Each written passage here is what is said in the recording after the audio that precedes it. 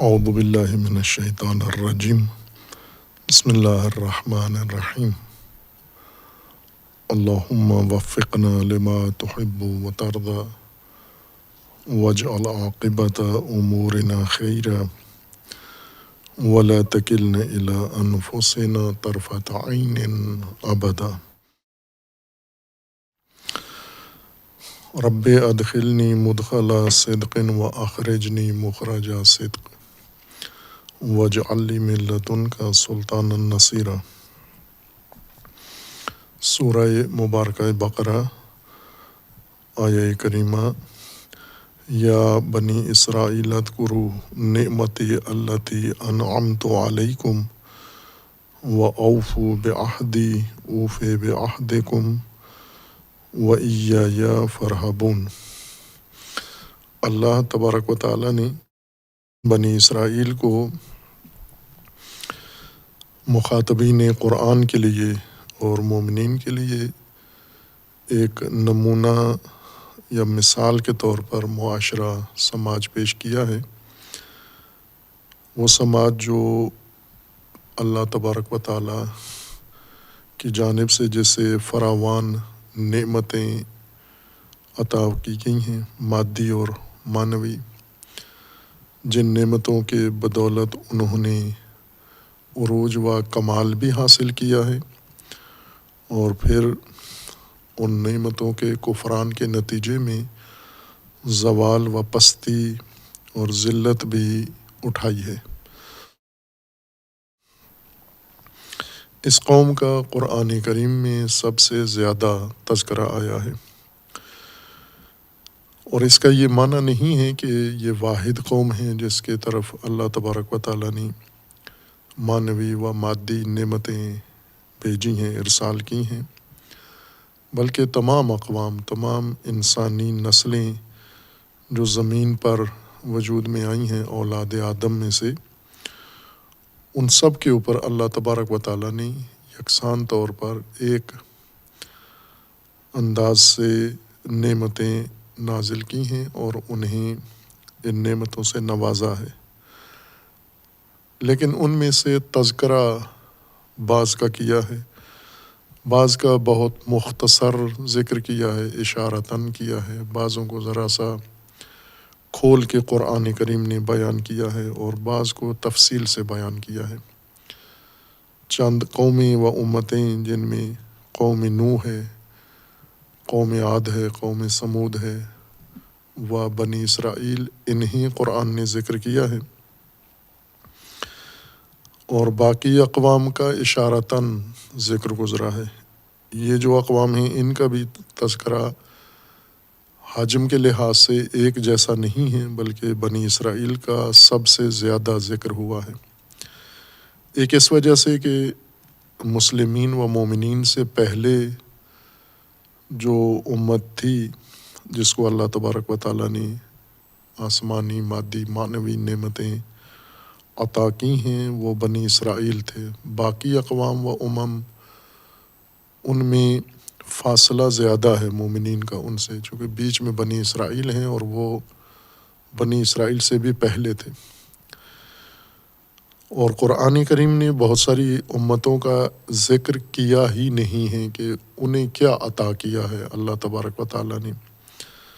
جیسے مثلاً ہندوستان میں، چین میں اور ان علاقوں میں، مشرق وسطیٰ کے علاوہ دیگر زمین کے جغرافیائی خطوں میں جو اقوام آباد تھیں، انہیں اللہ تبارک و تعالیٰ نے کیا نعمتیں دی ہیں، کون سے نبی بھیجے ہیں، کون سی کتابیں اتاری ہیں، ان کا ذکر حتیٰ اشارتاً و کنایتاً بھی نہیں آیا ہے۔ لیکن یہ بات مسلم ہے، طے ہے کہ اللہ تبارک و تعالیٰ نے نوع انسان میں سے کسی نسل کو محروم نہیں رکھا ہدایت سے اور ان نعمتوں سے، انہیں نعمتیں عطا کی ہیں۔ ذکر میں البتہ تخصیص ہے، بعض کا ذکر کیا ہے اور بعض کا نہیں کیا ہے۔ جس طرح انبیاء کرام علیہم السلام کے بارے میں قرآن کریم نے بعض کا ذکر کیا ہے قرآن کریم میں، بعض کا مختصر کیا ہے، ایک دفعہ نام لیا ہے فقط، اور بعض کے کچھ حالات بھی مختصر بیان کیے ہیں، اور بعض کے تفصیل کے ساتھ واقعات ذکر کیے ہیں، جیسے حضرت موسیٰ علیہ الصلاۃ والسلام ہیں، حضرت مسیح ہیں، اور حضرت ابراہیم خلیل علیہ الصلاۃ والسلام ہیں۔ ان انبیاء کا ذکر دوسروں کی نسبت زیادہ کیا ہے، اور پھر رسول اللہ صلی اللہ علیہ وآلہ وسلم کو فرمایا ہے کہ بہت سارے انبیاء جن کا ہم نے ذکر نہیں کیا، جن کا قصہ آپ کے سامنے بیان نہیں کیا، ہم نے نام بھی نہیں لیا، وہ بھی موجود ہیں، ہم نے ذکر نہیں کیا ان کا، اور سب کا ذکر ہدایت کی کتاب میں لازمی نہیں ہے، مناسب نہیں ہے، تاریخ کی کتاب میں لازمی ہے، یعنی وہ کتاب جو تمام انسانوں کے تمام حالات ذکر کرنا اس کا فریضہ ہوتا ہے، اس کتاب کے اندر جامع تذکرہ ہوتا ہے، ہر قوم کا ہوتا ہے، ہر نسل کا ہوتا ہے، اس قوم اور نسل کے اندر وقوع پذیر ہونے والے تمام اہم واقعات و حادثات کا ذکر ہوتا ہے، بلکہ جزیات کا بھی ہوتا ہے۔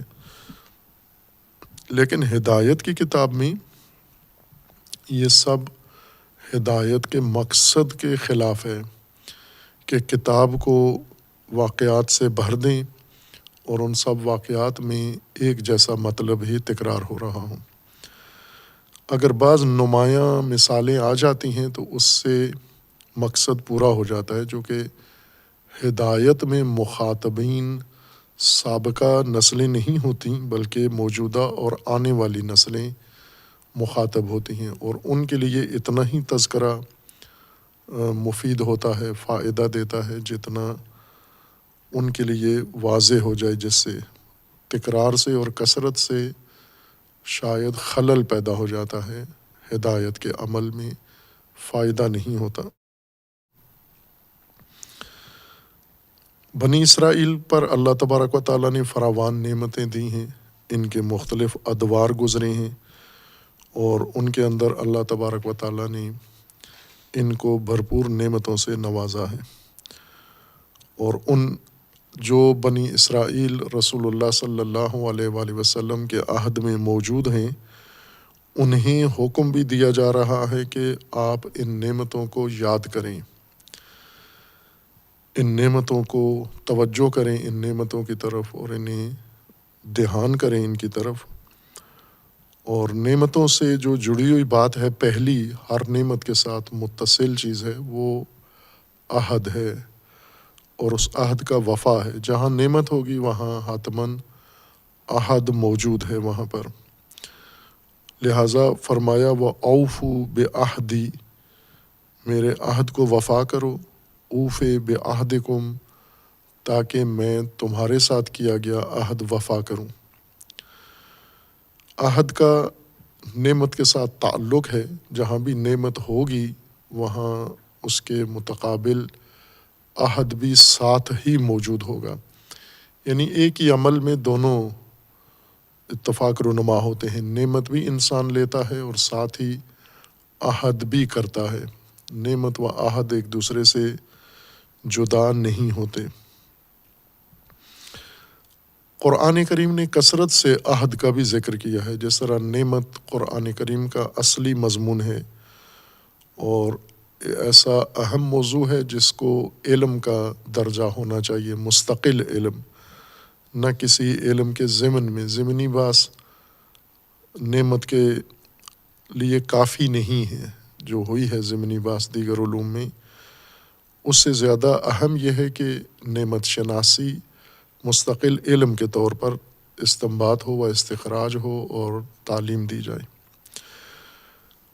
اور نعمت کے ساتھ جو چیز ساتھ حتماً جڑی ہوئی ہے اور جدا نہیں ہوتی، وہ عہد ہے۔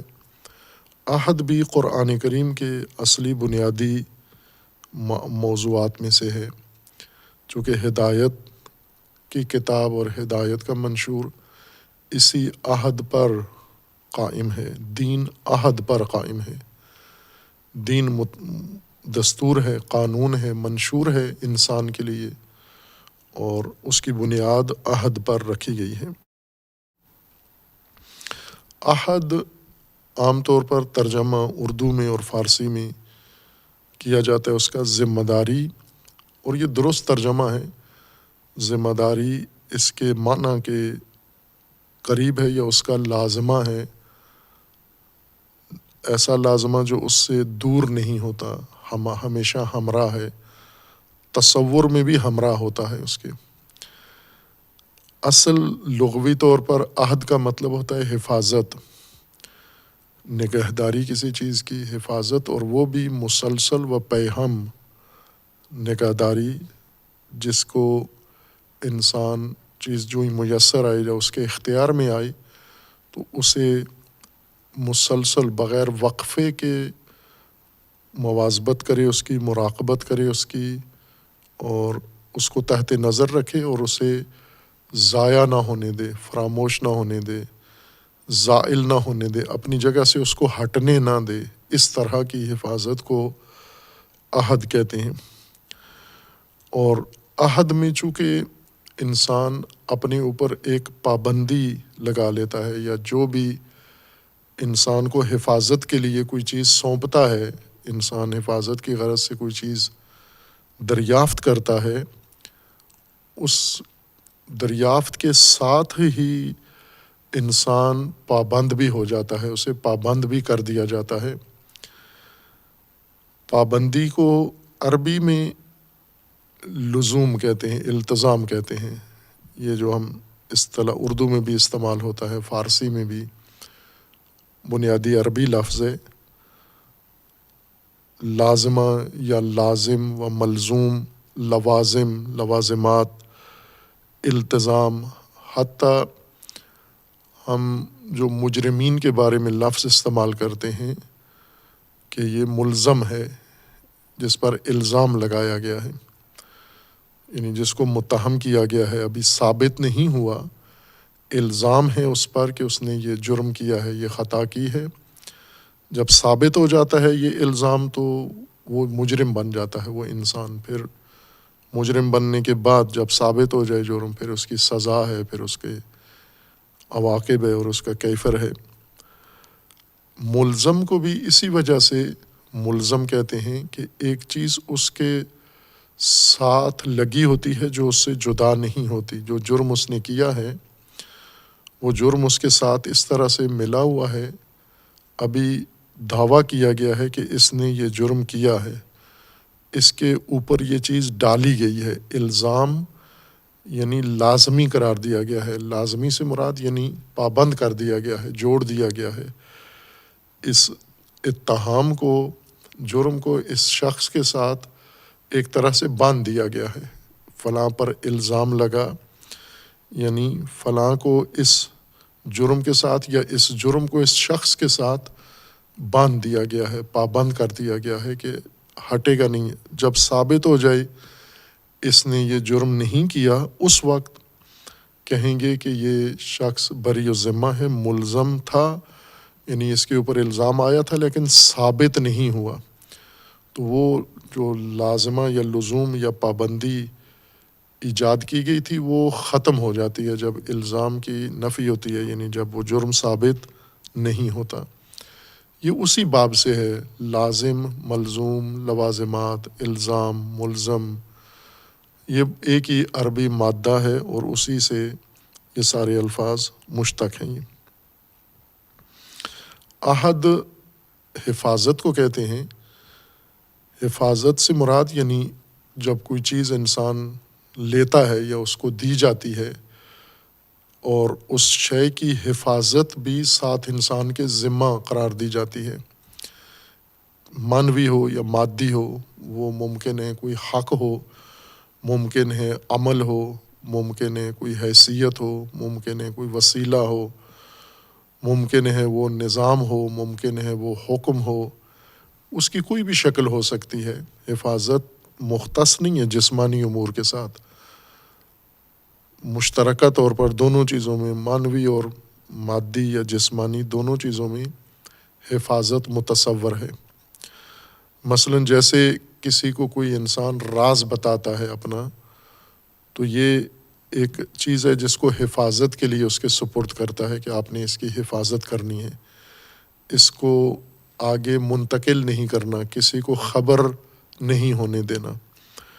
اسی طرح سے جیسے انسان کوئی جسمانی وسیلہ، کوئی ذریعہ، کوئی شے انسان کے سپرد کرتا ہے کہ آپ اس کی دیکھ بھال کریں، نگہداری کریں، کوئی لے نہ جائے، اس کو کوئی اٹھا کے نہ لے جائے، ضائع نہ ہو جائے، تو انسان اس پر دائماً نظر رکھتا ہے۔ یہ عمل انسان کے لیے ایک پابندی شمار ہوتا ہے۔ حفاظت کسی شے کی انسان کے اوپر جب ڈالی جاتی ہے، یا انسان کسی شے کی حفاظت اپنے ذمہ لیتا ہے، یہ انسان پابند سمجھا جاتا ہے، یعنی ملزم ہے یہ انسان، اس کے اوپر لازمی قرار دیا گیا ہے، باندھ دی گئی ہے یہ حفاظت اس شخص کے ساتھ، اور اس شخص کو حفاظت کے ساتھ ایک طرح سے پابند کر دیا گیا ہے، باندھ دیا گیا ہے۔ اس کو عربی زبان کی اصطلاح میں، جو اردو میں نہیں ہے، اردو میں الزام رائج ہے یہ لفظ، التزام نہیں ہے رائج۔ الزام ہے باب افعال کی ترکیب، لزوم سے کسی کے ذمہ کوئی چیز لگانا، کسی کو پابند کر دینا، کسی کے ساتھ لازم قرار دینا۔ التزام نہیں ہے، باب افتعال استعمال اردو میں نہیں ہوتا، عربی میں زیادہ ہوتا ہے اور فارسی میں بھی زیادہ ہوتا ہے۔ اور الزام کا مطلب ہوتا ہے کسی کے کھاتے میں کوئی چیز ڈال دینا، کسی کو پابند کر دینا کسی چیز کا۔ الزام الزامہ ہو، کسی کو پابند کر دیا۔ التزامہ کا مطلب یہ ہوتا ہے کہ شخص خود پابند ہو گیا ہے، اس نے یہ پابندی اپنے ذمہ لے لی ہے، خود تقاضا کیا ہے اس نے کہ یہ چیز مجھے سپرد کی جائے، اور میں پابندی اختیار کرتا ہوں اس چیز کی حفاظت کی۔ لہٰذا عربی زبان میں جب علماء، محقق علماء یا لغت شناس معنی کرتے ہیں عہد کا، تو اس کو التزام معنی کرتے ہیں۔ التزام یعنی حفاظت کی پابندی۔ اصل معنی عہد کا حفاظت ہے۔ یہ حفاظت ایک عمل ہے جو انسان کے سپرد کیا جاتا ہے۔ انسان کے سپرد جب کیا جائے تو یہ الزام ہے، سپرد کیا گیا ہے، اس کے ذمہ پابند کیا گیا ہے اس کو، اور انسان جب یہ لے لیتا ہے اور قبول کر لیتا ہے یہ پابندی، اس کو التزام کہتے ہیں۔ عہد کا مطلب یعنی حفاظت کی پابندی یا حفاظت کی ذمہ داری۔ جو چیز بھی انسان کے سپرد ہوئی ہے، معنوی یا مادی چیز، اس کی حفاظت کی ذمہ داری کو عہد کہتے ہیں، اور اسے قرآن کریم نے اساس قرار دیا ہے انسان کے لیے۔ برخلاف دیگر موجودات، ان میں عہد نہیں ہے، ان میں اجبار ہے۔ اللہ تبارک و تعالیٰ نے ان کے ذمہ بہت کچھ لگایا ہے۔ انسان سے زیادہ سخت کام موجودات تکوینی کے سپرد ہیں، کائنات کے سپرد ہیں، جیسے سورج ہے، جیسے فلکیات ہیں، جیسے اجسام سماوی ہیں، اجرام سماوی ہیں۔ خوب ان کے ذمہ جو کام ہے لگا ہوا، یہ انسان سے کہیں زیادہ سخت ہے جو ان کے سپرد کام ہے، لیکن وہ عہد نہیں رکھتے اللہ کے ساتھ۔ چونکہ عہد کا مطلب یہ ہوتا ہے کہ ایک شے، ایک کام سپرد کیا گیا ہے، اس سپردی کو انسان نے یا اس مخلوق نے خود لیا بھی ہے، دریافت بھی کیا ہے، اپنا ارادہ اور اپنا اختیار استعمال کر کے اس کو اپنے ذمہ لیا ہے۔ یہ صرف انسان کے ساتھ ہے، چونکہ انسان صاحب ارادہ اور صاحب اختیار ہے۔ جس کا ارادہ و اختیار نہیں ہے، وہاں عہد متصور نہیں ہے، وہاں پر اجبار ہے، جبراً ان کو یہ کام کرنا پڑتا ہے، ارادہ الہی سے کرنا پڑتا ہے۔ خوب اللہ تبارک و تعالیٰ نے چونکہ انسان کو شعور دیا ہے، علم دیا ہے، آگاہی دی ہے اس کو، اور ساتھ ہی ارادہ و اختیار دیا ہے، اس خاصیت کی بنیاد پر، ارادہ و اختیار کی خاصیت جو انسان کو اللہ تبارک و تعالیٰ نے عطا کی ہے، اس بنیاد پر انسان کے ذمہ خدا نے جو کچھ لگایا ہے اور انسان نے لیا ہے وہ سب عہد کے زمرے میں آ جاتا ہے۔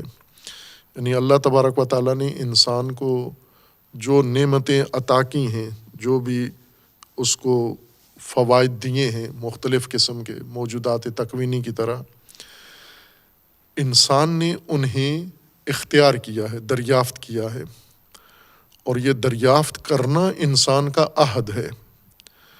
آپس میں انسان جب عہد کرتے ہیں، انسان کے ساتھ عہد کرتا ہے، اس کا ایک رائج طریقہ ہے، معمول طریقہ ہے کہ آپس میں انسان بیٹھتا ہے، اظہار رائے کرتا ہے، پھر توافق کرتا ہے، متفق ہوتا ہے کہ میں آپ کے سپرد یہ چیز کرنا چاہتا ہوں۔ انسان قبول کرتا ہے کہ میں جو آپ میرے حوالے چیز کرنا چاہتے ہیں، جس کی حفاظت، جس کی نگہداری میرے ذمہ ہے، میں اسے قبول کرتا ہوں، اور اس کے بدلے میں میری جانب سے آپ کے ذمہ یہ چیز ہوگی، آپ اس چیز کے پابند ہوں گے، التزام آپ کے ذمہ ہوگا، اور آپ نے اس کی حفاظت کرنی ہے، نگہداری کرنی ہے، اور اسے انجام دینا ہے۔ یہ تعہد انسان کا اور معاہدہ آپس میں یہ توافق کے ساتھ ہوتا ہے ایک دوسرے، چونکہ انسان کے ساتھ رابطہ وہ نہیں ہے جو اللہ کا مخلوق کے ساتھ ہے۔ انسان کے ساتھ رابطہ جو ہم روزانہ رکھتے بھی ہیں، سمجھتے بھی ہیں، یہ طرفینی ہوتا ہے یہ رابطہ، اور اس عہد کے لیے، معاہدے کے لیے انسان کو پہلے ایک دوسرے تک منتقل کرنی ہوتی ہے اپنی بات، اپنا مافِ ضمیر، میں آپ سے یہ چیز چاہتا ہوں، وہ بھی جواباً کہتا ہے کہ اس کے بدلے میں آپ سے یہ چاہتا ہوں۔ جیسے ایک انسان کسی کو کہتا ہے کہ آپ میرے لیے یہ کام کریں، تعمیرات کریں، اور وہ جواب میں کہتا ہے کہ میں آپ سے اس کے بدلے میں مال لوں گا۔ یہی جو رائج طریقہ ہے، جس کو اب ہم چونکہ قرآن کی زبان تو چھوڑ ہی دی ہم نے، اپنی زبان بھی چھوڑ دی، اردو بھی، اور اس کی جگہ پر اجنبی زبان رائج کر لی ہے، اور اجنبی زبان کی وجہ سے ہمیں جو دشواریاں ہیں، مشکلات، وہ سب سے بڑی اسی قرآن فہمی میں بھی ہیں اور ہدایت پانے میں۔ مثلاً ہم اردو زبانوں کو عہد سمجھائیں، معاہدہ سمجھائیں، لوازم سمجھائیں، التزام و الزام سمجھائیں تو نہیں ان کو سمجھ میں آتا۔ اسے ایگریمنٹ کہیں تو فوراً متوجہ ہو جاتا ہے کہ کیا کہا جا رہا ہے۔ یعنی طرفین ایگریمنٹ کا مطلب یہ ہوتا ہے کہ ایک فرد دوسرے فرد کو کے ذمہ کوئی کام لگا رہا ہے، جواباً وہ قبول کر رہا ہے، یہ ذمہ داری لے رہا ہے، لیکن اس کے جواب میں وہ اپنی جانب سے اس کے ذمہ بھی کوئی چیز ڈال رہا ہے، یا یہ شخص خود اس ذمہ کے بدلے میں خود اس کے لیے کوئی چیز اپنے ذمہ لے رہا ہے۔ یہ وہ معمول کا کام ہے جو انجام پاتا ہے۔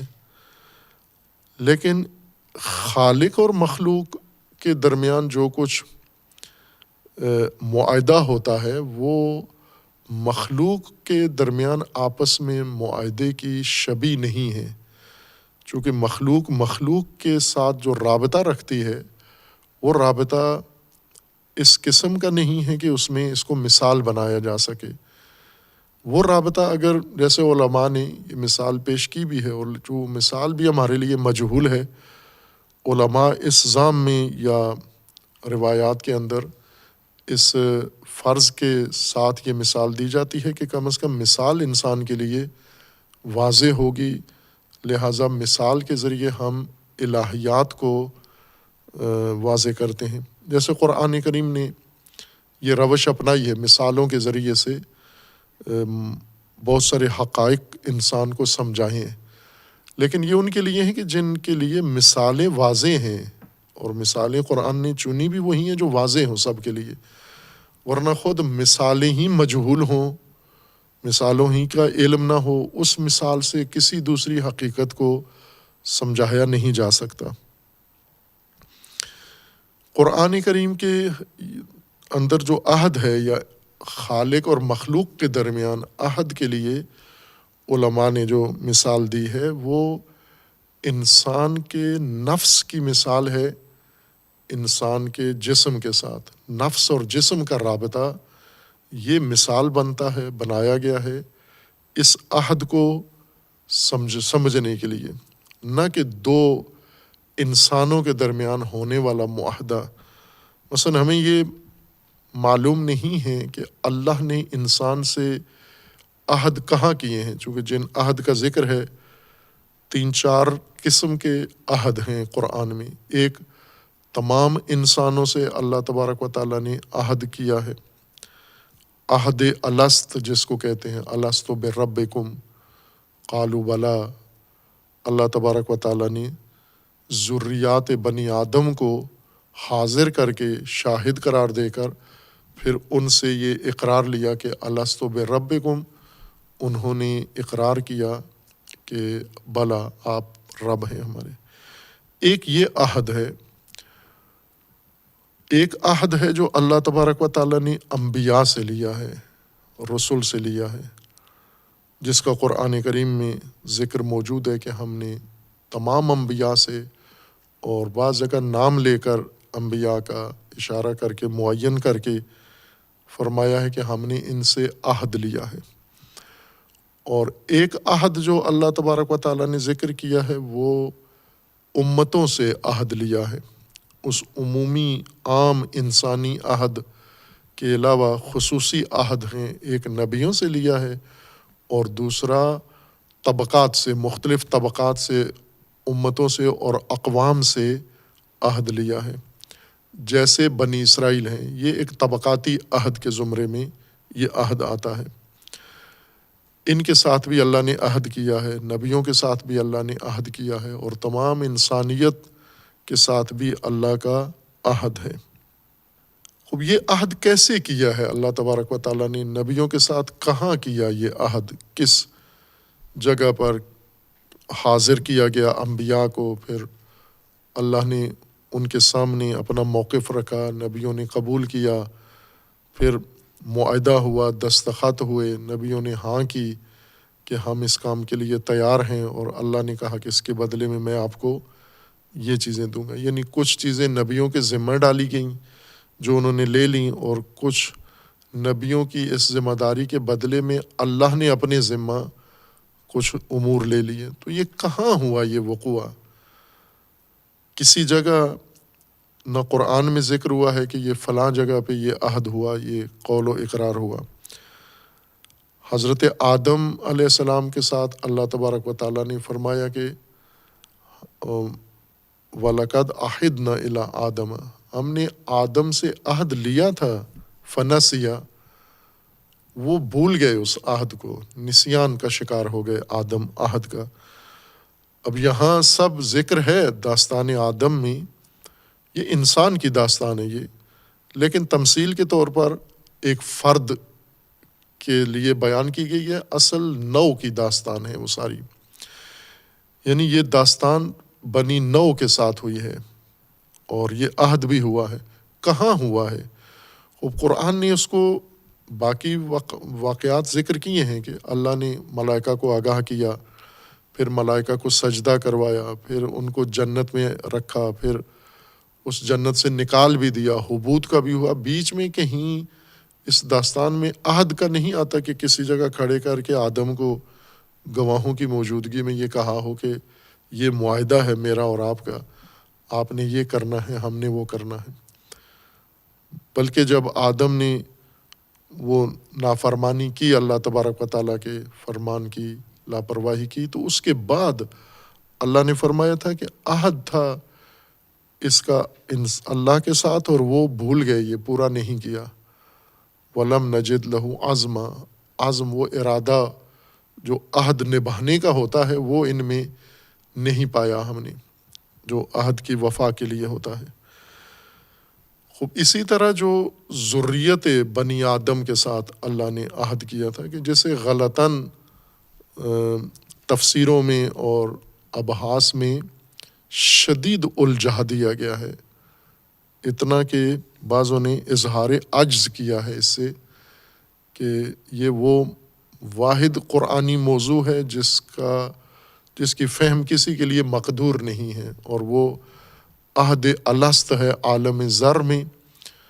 چونکہ یہاں وہ نمونہ ہے جو پہلے اشارہ کیا تھا نہیں ہونا چاہیے تھا، اس کام کے نقصانات میں سے ایک یہ آیا ہے سورہ اعراف کی۔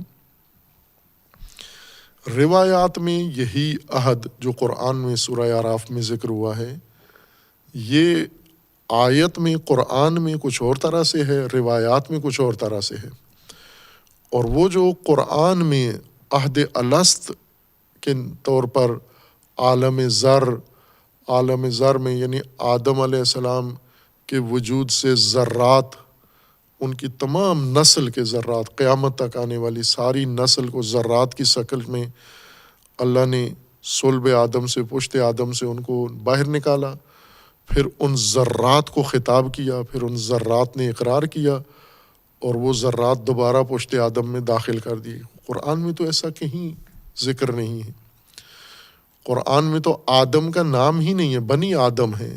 ہم نے بنی آدم کی ذریت کو حاضر کیا ان کی پشت سے، اور ان سے یہ کہا کہ اقرار لیا کہ الست بربکم۔ عالم ذر کا ذکر نہیں ہے، آدم کی پشت سے ذرے نکالنے کا یہ ذکر نہیں ہے۔ اور پھر داستان آگے بڑھا دی، یہ روایات کے اندر ہے۔ اور جیسا عرض کیا، قانون یہ ہونا چاہیے کہ ہم قرآن جب سمجھ رہے ہیں تو صرف قرآن پر ہی اکتفا کریں، اس وقت بیچ میں کوئی اور چیز شامل نہ کریں۔ پھر آ جائیں یہی مطالب روایات میں، دیکھیں کہ روایات اس بارے میں کیا کہتی ہیں۔ اب روایات دو طرح کی ہوں گی، کچھ قرآن کے موافق و مطابق ہوں گی، کچھ قرآن کے مخالف ہوں گی۔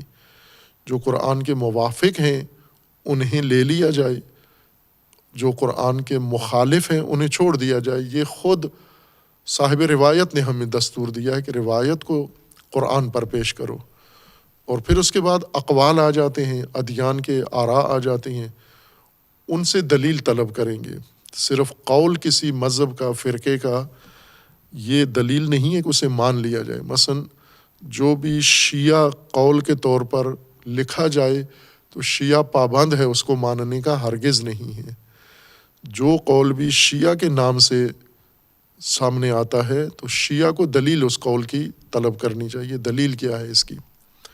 یہ قول تو ہے ہمارے فرقے میں کہا گیا ہے، ہمارے شیعہ مسلک کے کسی عالم نے یہ بات کی ہے، لیکن دلیل کیا ہے اس کی؟ اگر دلیل سے بات کی ہے تو دلیل کی طرف بات ساری منتقل ہو جائے گی، قول سے اور قائل سے۔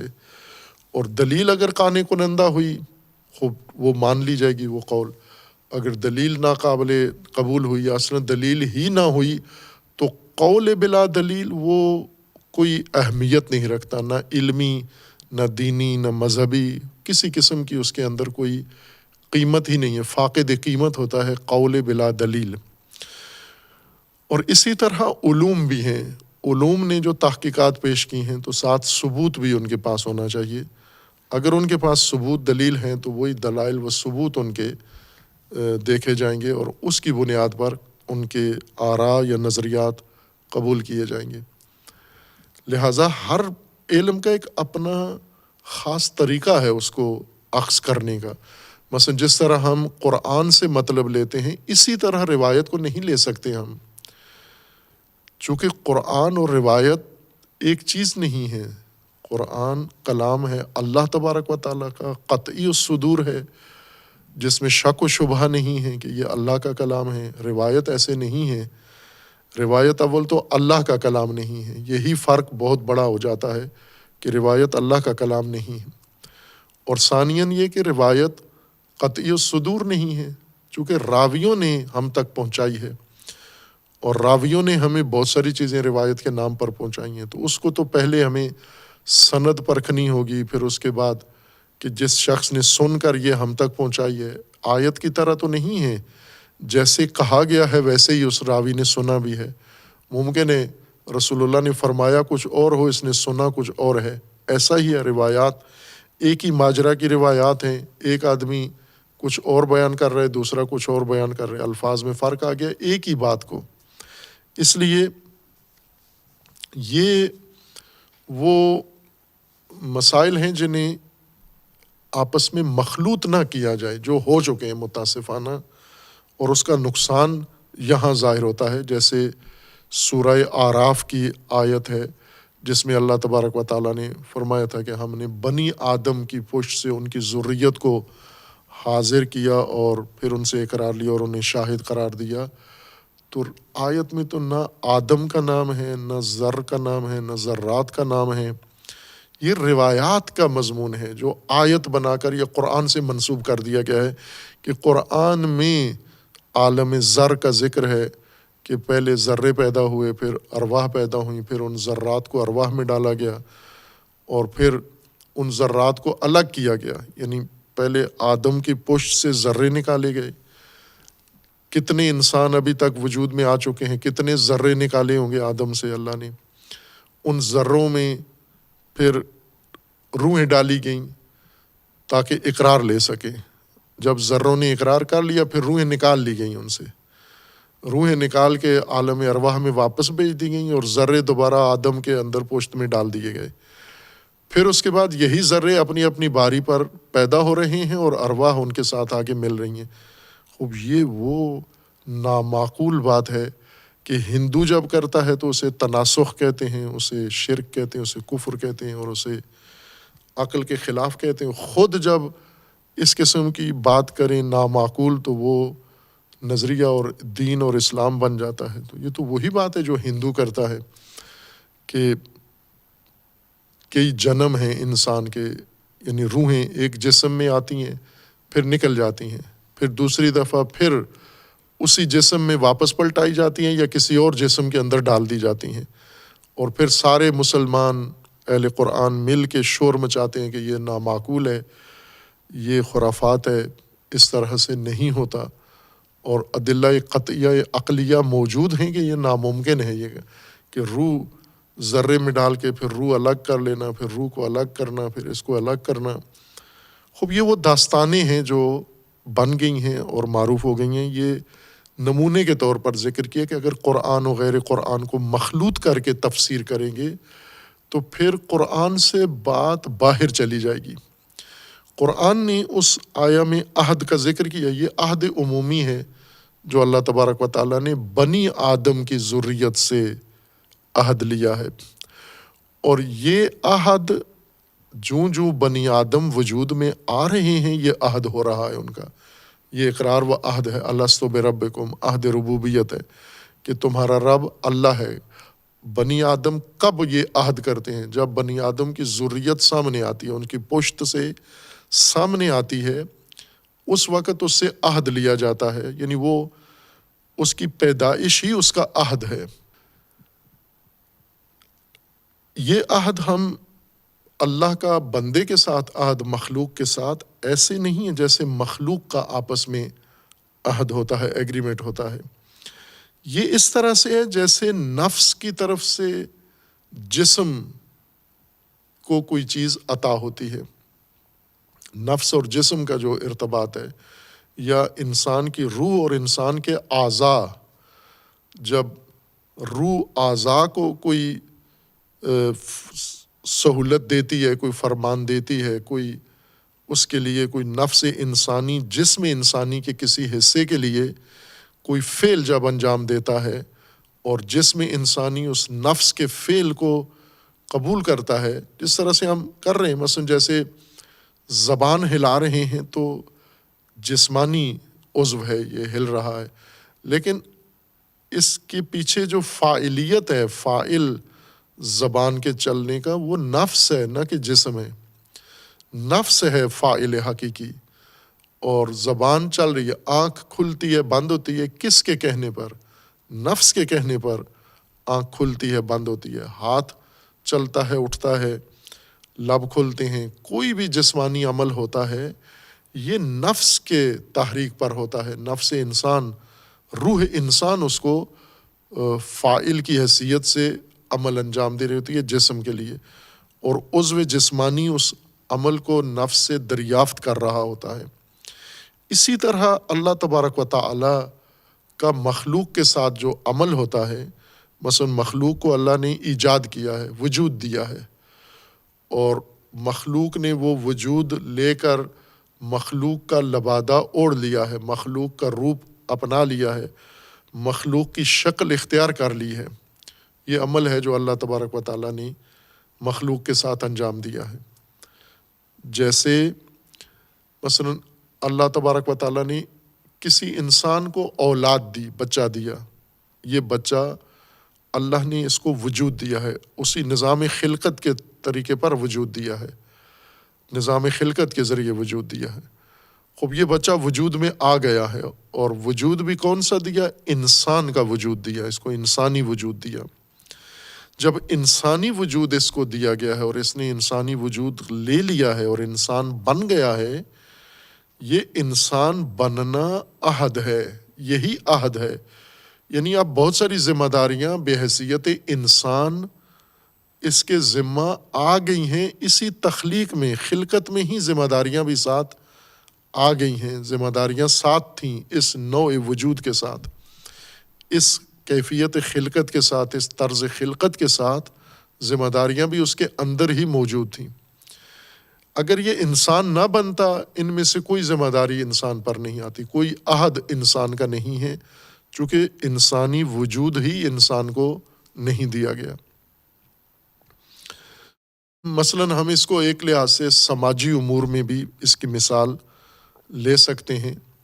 سماجی امور میں ہم تعلیم کے میدان میں دیکھیں، تربیت کے میدان میں دیکھیں، مختلف انسانوں کو مختلف طرح کی تعلیم دی جاتی ہے اور تربیت ان کی جاتی ہے۔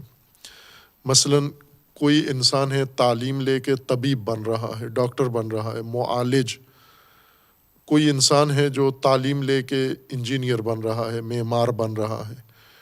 کوئی دوسرا انسان ہے تعلیم لے کے کسی دوسرے شعبے کی مہارت لے رہا ہے۔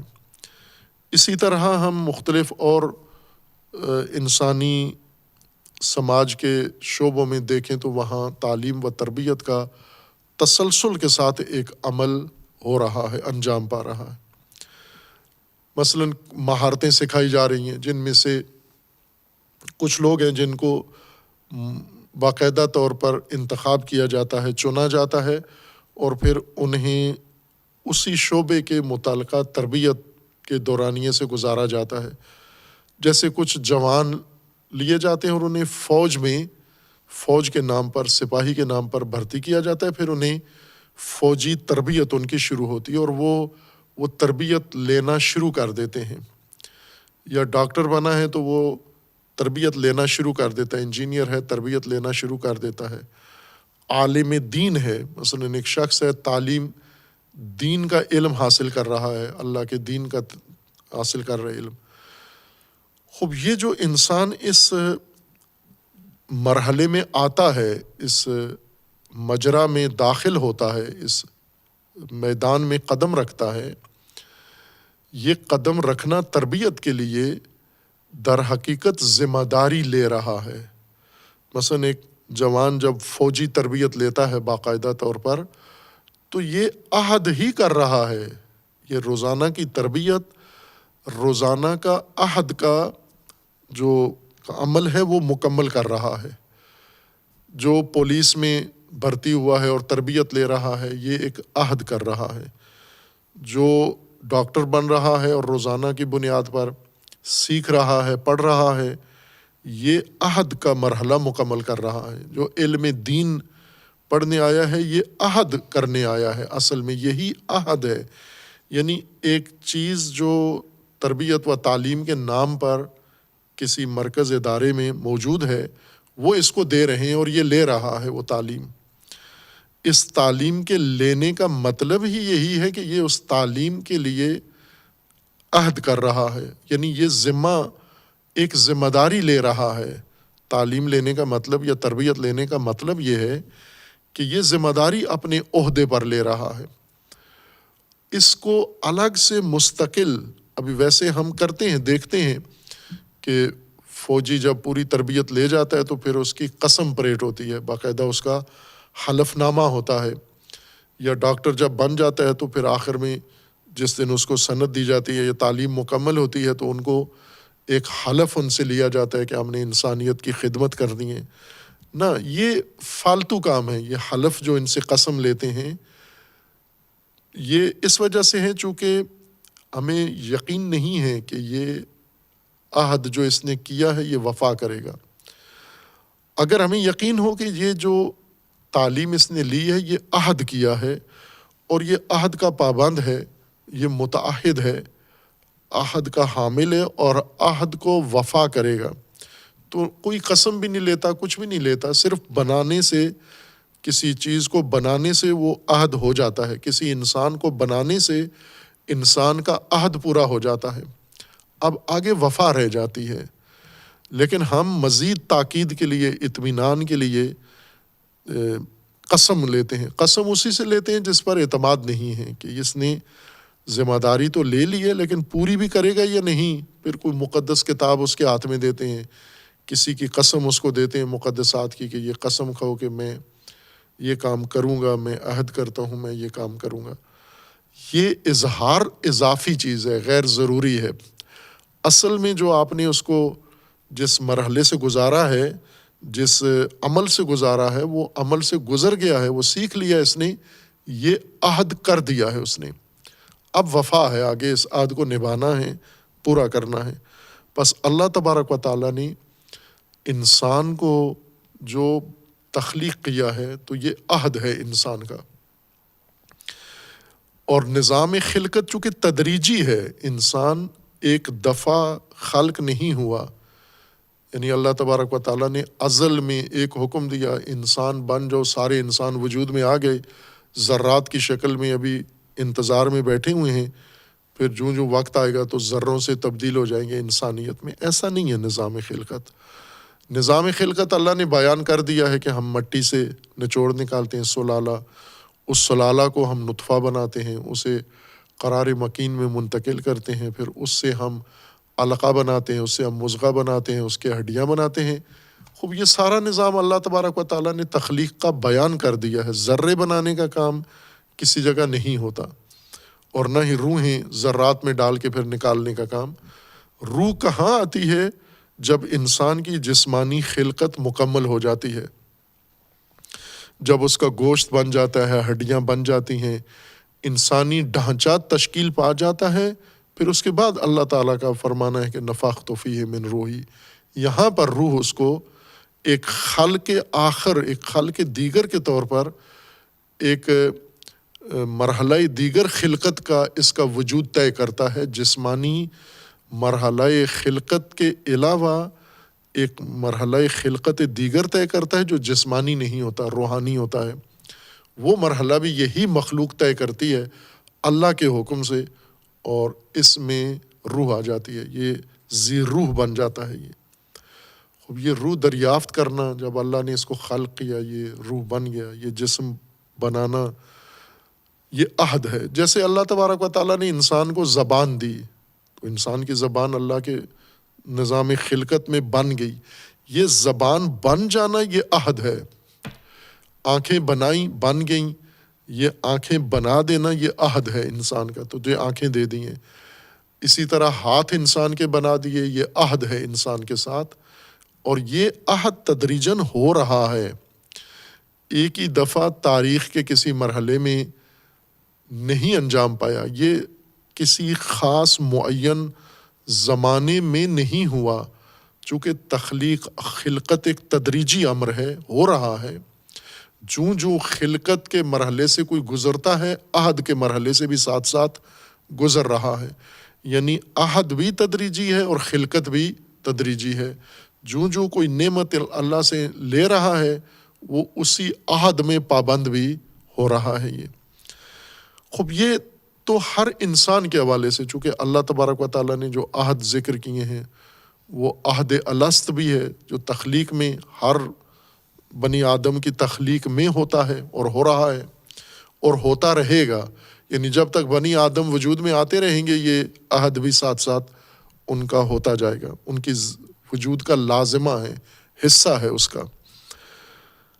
لیکن جن عہد کا قرآن ذکر کر رہا ہے، جیسے بنی اسرائیل کے ساتھ جو عہد ہے، انبیاء کے ساتھ عہد ہے، اور مختلف انسانوں کے ساتھ عہد ہے، اور جس کی وفا کا حکم ہے، یہ وہ امور نہیں ہیں جو تکوینی طور پر اللہ تبارک و تعالیٰ نے عطا کیے ہیں، جو نعمتیں، اور ان نعمتوں کے لینے سے انسان کے اندر ایک عہد آ جاتا ہے،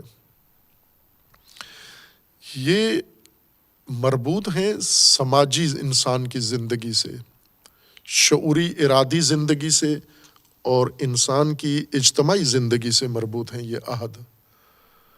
یہ الگ نوعیت کے عہد ہیں، وہ عہد جو اللہ تبارک و تعالیٰ نے تمام انسانوں کی خلقت میں انسانوں کو یکساں پیدا کیا ہے، اور انسانوں نے یکساں خلقت حاصل کی ہے۔ اس خلقت کے بعد جب انسانی معاشرت بنتی ہے، انسانی معاشرے کی تشکیل بنتی ہے، انسانی سماج تشکیل پاتا ہے، یہاں پر اللہ تبارک و تعالیٰ علیحدہ نعمتیں ہیں اللہ تبارک و تعالیٰ کی، جو سماجی وجود کے تشکیل کے بعد نصیب ہوتی ہیں یا عطا ہوتی ہیں، نہ تکوینی نعمتیں جو پیدائشی طور پر ہر انسان کو بلا تخصیص و بلا تفریق اللہ تبارک و تعالیٰ کی طرف سے میسر آتی ہیں۔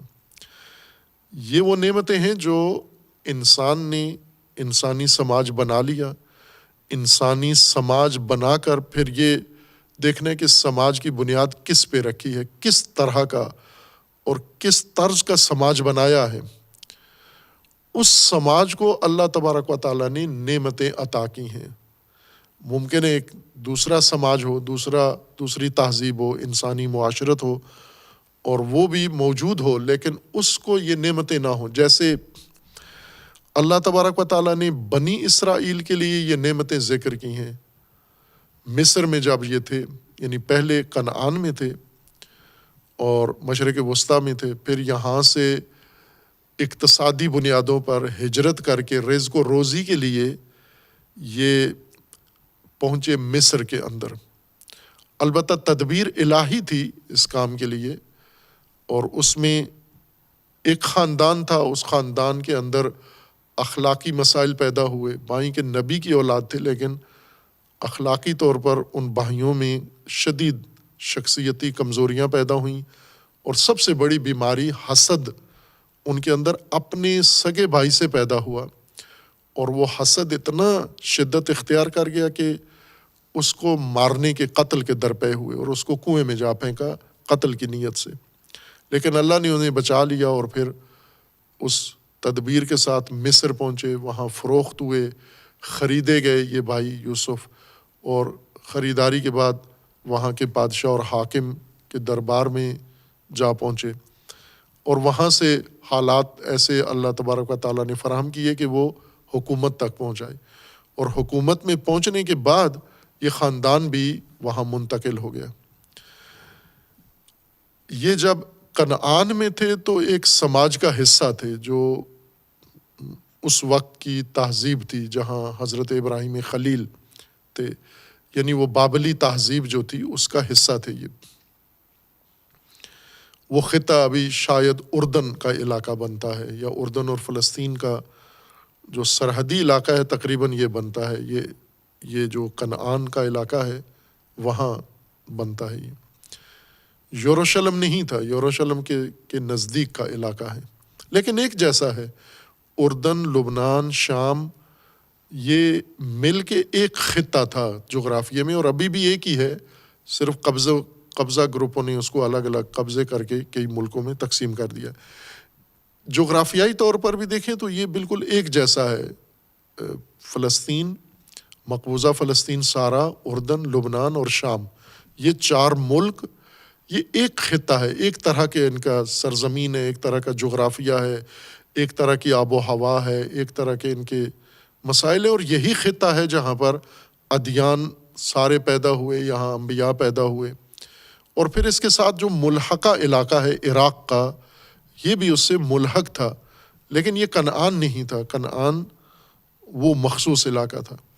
یہ خاندان وہاں سے منتقل ہوا مصر میں، اور مصر پہلے سے ایک مرفہ ملک تھا، آباد ملک تھا، جس کے آثار آج بھی دنیا حیران ہے کہ ان کے پاس ٹیکنالوجی تھی، ان کے پاس مہارتیں تھیں، علم تھا، اور ایسی عمارتیں انہوں نے اس دور میں بنائیں جب مشینیں نہیں تھیں ان کے پاس، اتنی ہیوی مشینیں، اور انہوں نے پہاڑوں کی طرح کی عمارتیں بنائیں. تو یہ اس قوم کی مہارت اور علم و ٹیکنالوجی اور علم و سائنس کی نشاندہی کرتی ہے کہ وہ کس درجے کے لوگ تھے. ان کے اندر یہ معاشرے کے اندر یہ معاشرہ بنا، سماج کے اندر سماج بنا.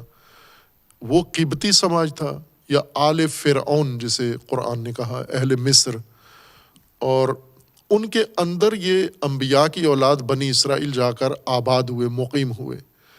تو قرآن اس کو اور سماج شمار کرتا ہے اور مصریوں کو اور سماج شمار کرتا ہے. یعنی قرآن میں یہ دونوں ایک معاشرہ نہیں ہے، ایک سماج نہیں ہے. آل فرعون ایک سماج ہیں اور بنی اسرائیل ایک علیحدہ سماج ہیں. بائی کے ایک شہر میں ہے، آبادی ایک ہے، سرزمین ایک ہے، جگہ ایک ہے، لیکن یہ دو علیحدہ سماج ہیں. اب یہاں یہ سوال ہے کہ حضرت موسیٰ بنی اسرائیل کی نجات کے لیے آئے تو دوسرے بھی تو انسان تھے، ان کی نجات کے لیے کیوں اہتمام نہیں کیا؟ آل فرعون کے لیے کیوں انتظام نہیں کیا، اہتمام نہیں کیا؟ یا یہ ان کے لیے مبعوث کیوں نہیں ہوئے؟ وہ کتاب جو تورات لے کر آئے اس میں ساری بنی اسرائیل کی ہدایت کیوں ہے، اس میں آل فرعون کی ہدایت کیوں نہیں ہے، جبکہ وہ ان کے معاصر لوگ تھے؟ اور اتفاقاً موسیٰ بنی اسرائیل کو مصر سے نکال کے واپس لائے اور وہاں تورات ان کو نصیب ہوئی. خوب اب یہاں پر یہ سوال ہے کہ وہیں پر رہتے اور جس طرح اہل بنی اسرائیل کو نجات دی، اسی طرح اہل مصر سب کو نجات دیتے، جن کو تاریخ میں نبتی یا قبطی کہا جاتا ہے، وہ نسلیں جو وہاں پر آباد تھیں. ایسے لگتا ہے کہ موسیٰ تأثر یہ دے رہے ہیں کہ آپ لوگوں سے ہمارا کوئی تعلق نہیں ہے، ہم ایک خاندان ہیں، ہم ایک قبیلہ ہیں، اور جو اللہ نے ہمیں دیا ہے وہ سب اسی قبیلے کے لیے، اس میں آپ کا کوئی حصہ نہیں ہے.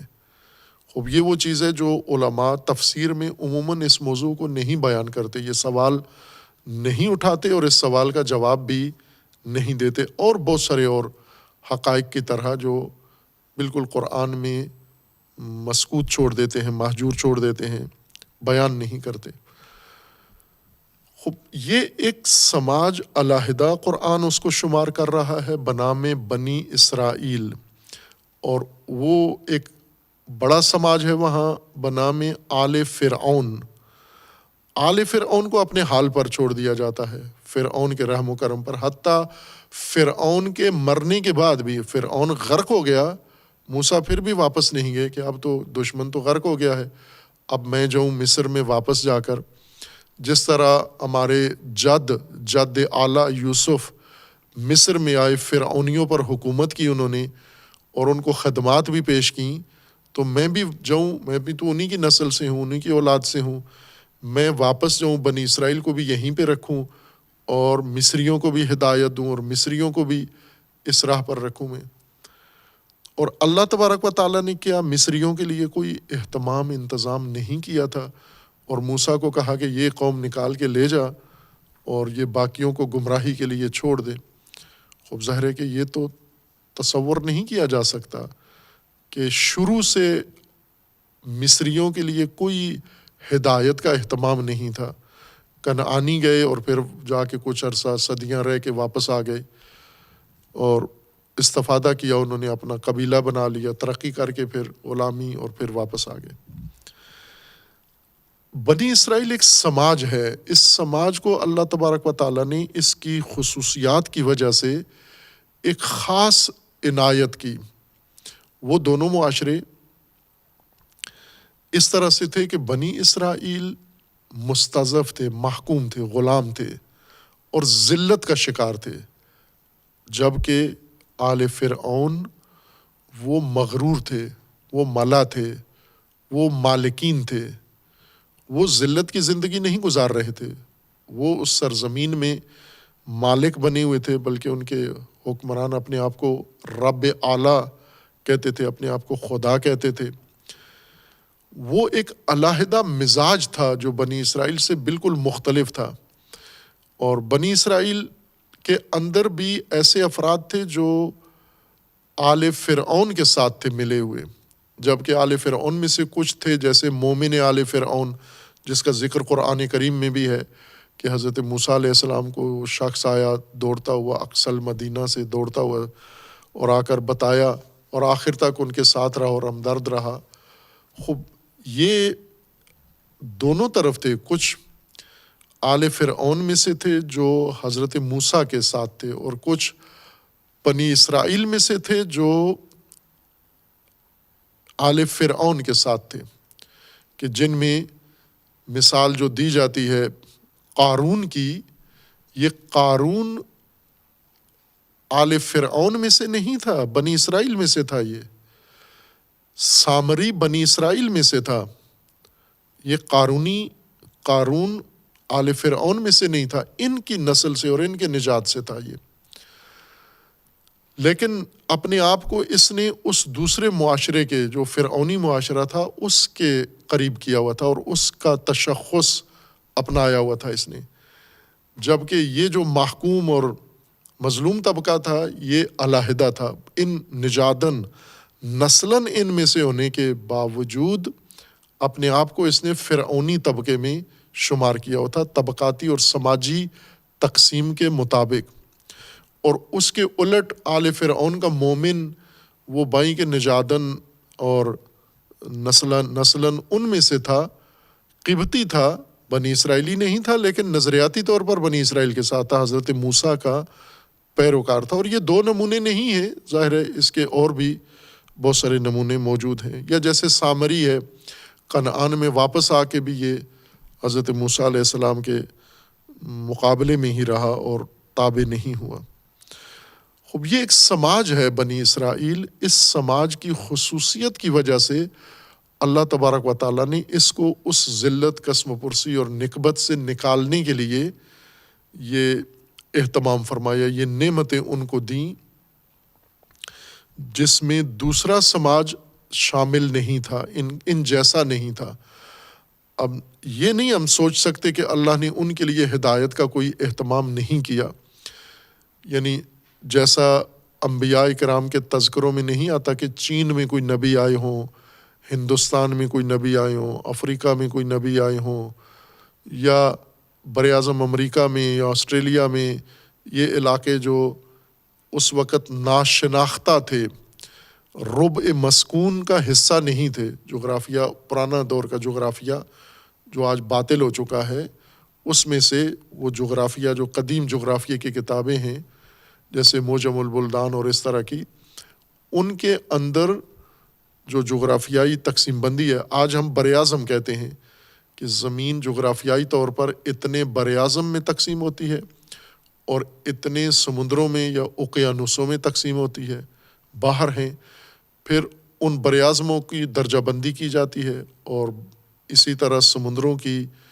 بحور کی درجہ بندی کی جاتی ہے کہ کس درجے کے باہر اور براعظم ہیں۔ یہ جدید جغرافیہ ہے۔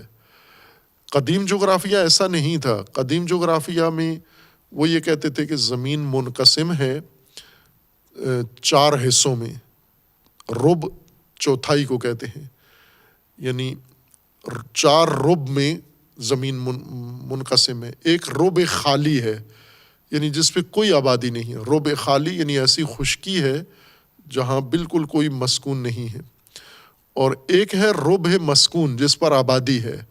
وہ ربع مسکون کس کو کہتے تھے؟ یہی علاقہ جو ایشیا کا ملتا جلتا قریب کا علاقہ ہے، یہ ربع مسکون ہے یہ۔ اور ایک ربع پر وہ کہتے تھے پانی ہے، وہاں کوئی آبادی نہیں ہے۔ ایک ربع ناشناختہ تھا ان کے لیے کہ اس کی کوئی پہچان ہی نہیں ہے۔ لہٰذا جتنے بھی تذکرے ہمیں ملتے ہیں قدیم سے وہ ربع مسکون کے ہیں۔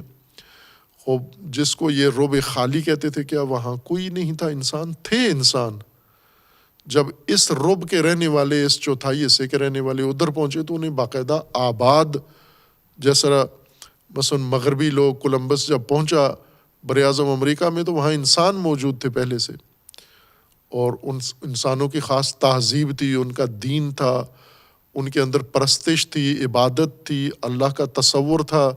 اسی طرح افریقہ بر اعظم، جب اس بر اعظم کے لوگ اس میں پہنچے یا اس رب کے لوگ اس رب میں پہنچے تو وہ رب خالی نہیں تھا، وہ رب آباد تھا، اور وہاں پر بھی دین تھا، مذہب تھا، رسومات تھیں، لوگ باقاعدہ معنویات رکھتے تھے۔ اسی طرح چین و ہندوستان و دیگر جتنے بھی آباد علاقے تھے، تو آثار جو نظر آتے ہیں ان سب میں ہمیں دین، ہر جگہ جہاں انسان تھا وہاں دین نظر آتا ہے، اپنے اپنے انداز کا دین نظر آتا ہے۔